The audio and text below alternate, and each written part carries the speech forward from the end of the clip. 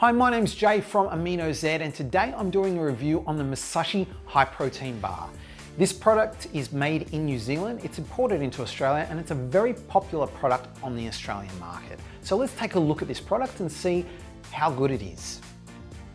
Starting off with the ingredients, let's pull up the ingredient list there.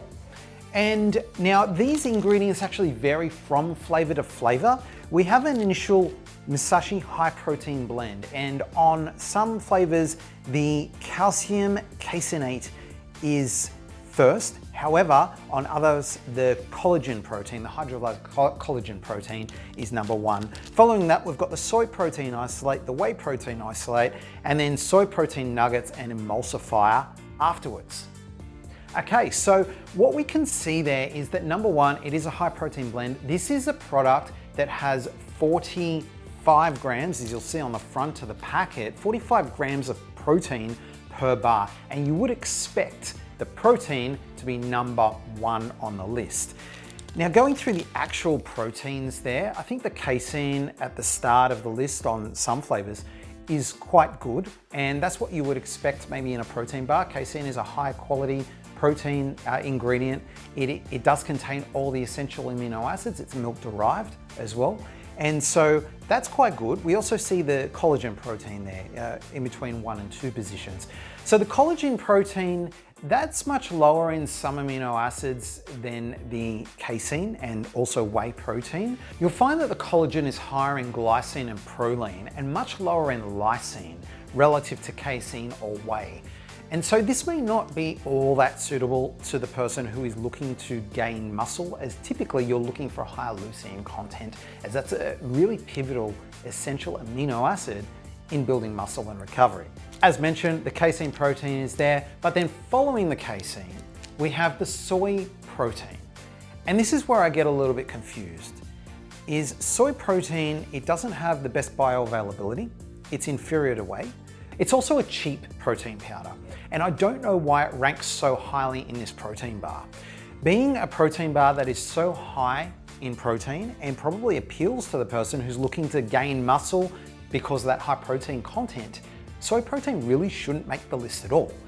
So I wonder, why did they put that in there? My guess is because it's cheap and it's going to reduce the cost of the bar.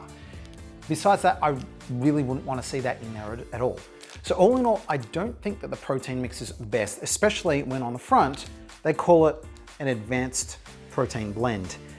I don't think it's all that advanced.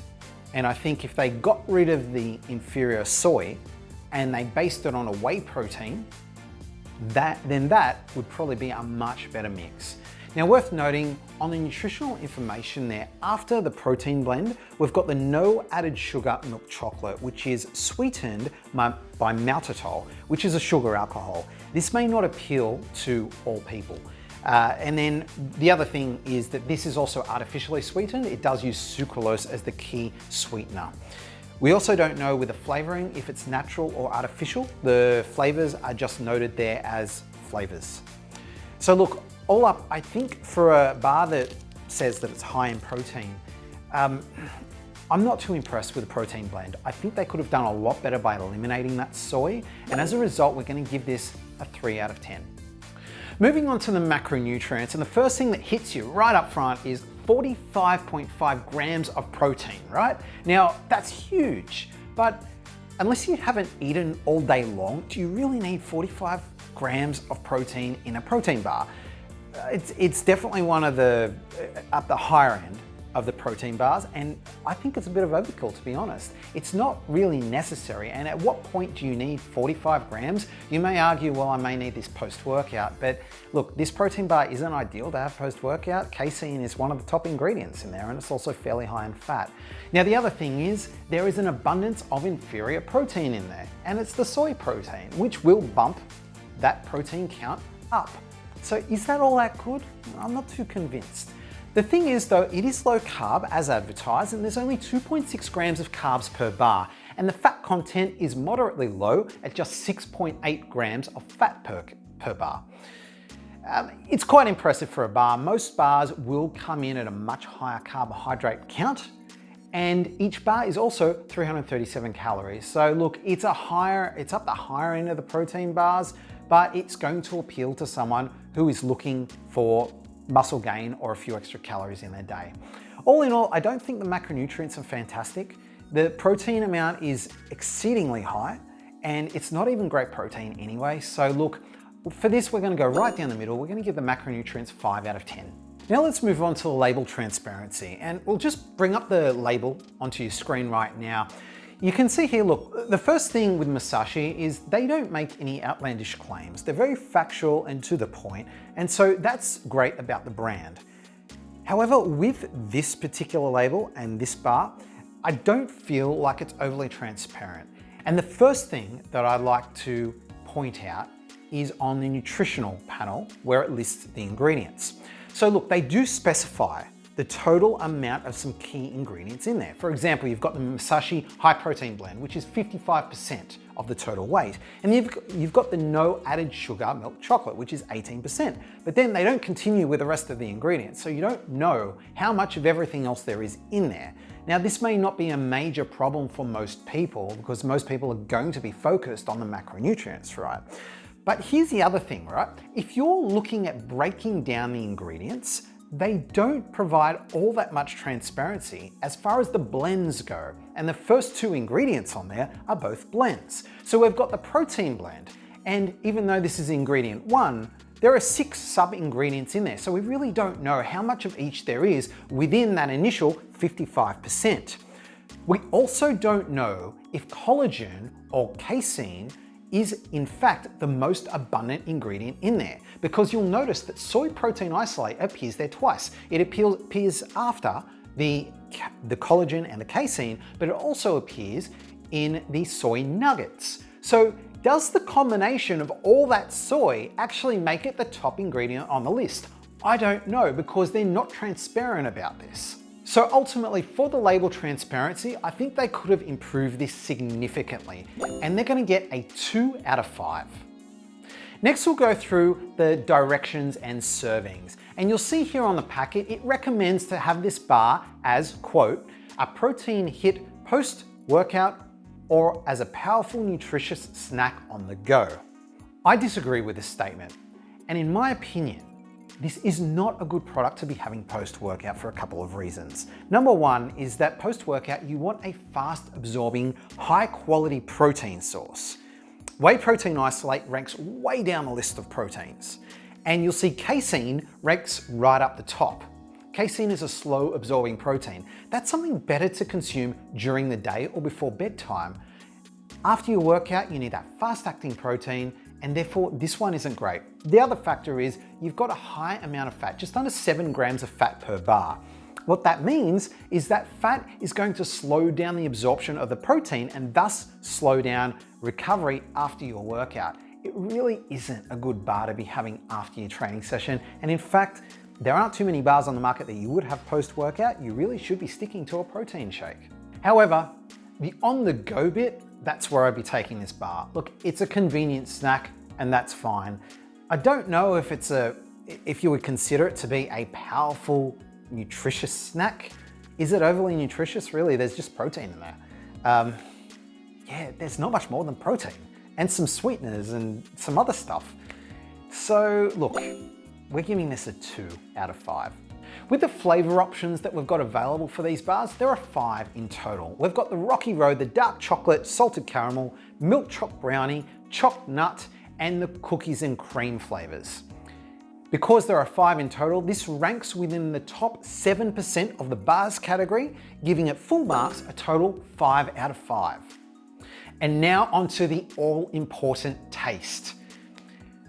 I've trialed 4 out of 5 of these flavors because I didn't have the Rocky Road available, and I'll go through each of them individually. Starting off with the cookies and cream, there's an initial hit of the chocolate from the outer coating, and then you have a bit of a creamy inner texture, which is quite sweet. It's fairly pleasant, that initial hit, but then all of a sudden you get an artificial hit, and I didn't quite find that quite pleasant at all. It really lingers after you finish eating it, and then it is quite off-putting in your mouth. Now, I found the same with all the other flavors as well. The milk chocolate brownie, though, was really unpleasant, unfortunately. I didn't feel like it had been sweetened enough, and it was kind of like they made a chocolate brownie but left out half the ingredients, and so it didn't really taste like a chocolate brownie. There was a hint of chocolate in there, but it wasn't sweet enough, and it was very artificial, like the cookies. Moving on to the dark chocolate salted caramel. Look, this one was a lot sweeter than all the other flavors I noticed, and there was a strong caramel taste. If you do like the caramel, this one may be more up your alley, but again, there's a really strong artificial aftertaste to it. Now, the milk choc nut does have a milk chocolate base, but then it's overlaid with a nutty flavor. It tastes a little bit like almond. I don't think they've really nailed the flavor on this though. It's just a little, it's kind of pleasant initially, but again, the aftertaste just takes over, and we've just got that artificial sweetener. In fact, that artificial aftertaste really reminds me of the protein bars from yesteryear, like 15 years ago. It's kind of like when I used to go to the fitness show and I'd try every protein bar there, and afterwards you've just got this numbing aftertaste in your mouth. That's exactly what these protein bars remind me of. Now, if I were to rank the flavors, look, to be honest, I don't rank any of these flavors, but I'd have to say the milk choc nut is probably the most tolerable. Then I'd follow that by cookies and cream, the dark salted caramel, and then the milk chocolate brownie, which I did not enjoy at all. Now, in terms of the customer reviews here, the average score is 92%, and within the bars category, that ranks this product in the bottom 49%. So the score comes out at 2 out of 10 for taste. In terms of the flavor rating consistency from our customers, the Rocky Road actually comes in at full marks, and unfortunately I did not have a chance to taste this one. But the cookies and cream comes down at 92%, which yields an 8% difference from the top to the bottom flavor in this range. This places this product in the top 48% of all bars, yielding a score of 3 out of 5. Now, in terms of the texture of these bars, nowadays protein bars cover a variety of different textures, and a lot of them can be very pleasant. But coming back to the protein bars of yesteryears, these bars resemble exactly that. They coat your mouth and they stick to your teeth. And personally, I didn't find that to be overly pleasant. The cookies and cream and the milk choc nut flavors, they're relatively soft, but the salted caramel and the chocolate brownie flavors are so unforgivingly tough at room temperature. And let me just show you exactly what I mean. Okay, so this one here, this is the cookies and cream. And if I press down, and I'm going to apply a similar force to it, to each bar, I can get to the bottom fairly easily, right? Just with a standard knife. This one here is the choc brownie. Now, if I press down on this, I am applying more force than I was on that, and I can only get not even half the way down. This is so tough, this bar. I don't know what they've added into it, but it makes it so hard to chew. The next one is the salted caramel, and if I press down on that, again, I'm applying a similar amount of force, and again, I'm only halfway down. I haven't even done arms day today. Now, the last one is the milk choc nut, and again, if I apply a similar amount of force, I can fairly easily get down to the bottom. So look, the first and the last bars there, they're okay, and you can chew them, they still stick to your mouth, but these two here are so tough, I don't know what has gone wrong with these bars. So based on the toughness and the unpleasantness of the texture, I really can't rate this category very highly, and we are going to give these bars a 1 out of 10 for texture. In terms of the popularity, these bars are quite popular, and they do come within the top percentile of the protein bar category. So that gets full marks, it's a full 5 out of 5.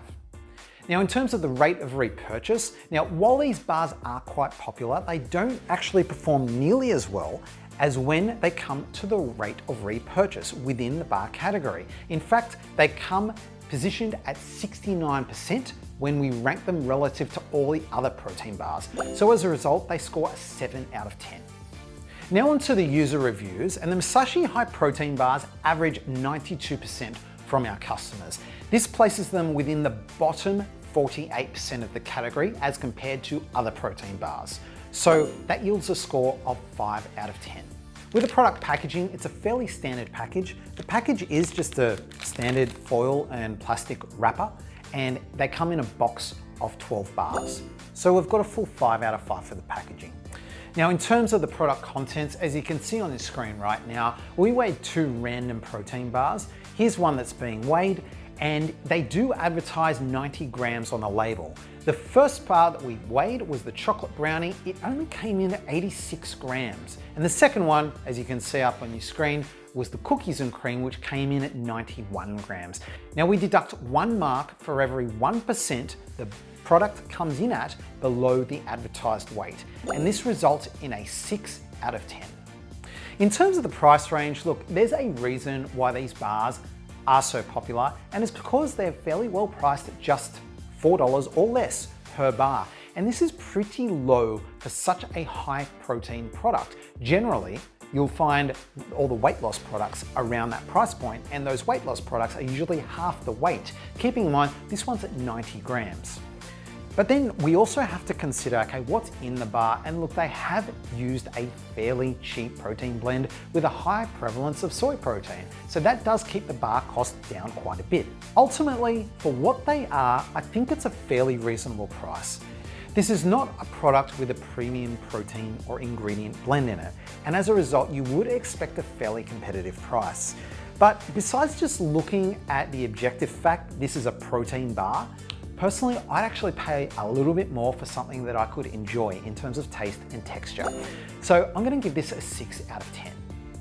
Now to sum up, this is a reasonably priced protein bar. It's high in protein and low in carbohydrates, just as advertised. And whilst it's fairly popular on the market, it does miss the mark on several points. The nutritional makeup is well below average, and the taste falls well short. Further, the texture really isn't enjoyable at all. If you just want a protein hit and you really don't care about taste too much, then maybe this is the bar for you and you can save a little bit of money in doing so. But for the majority of people, I think this bar is just not going to hit the mark. So overall, this bar comes in at 53 out of 100.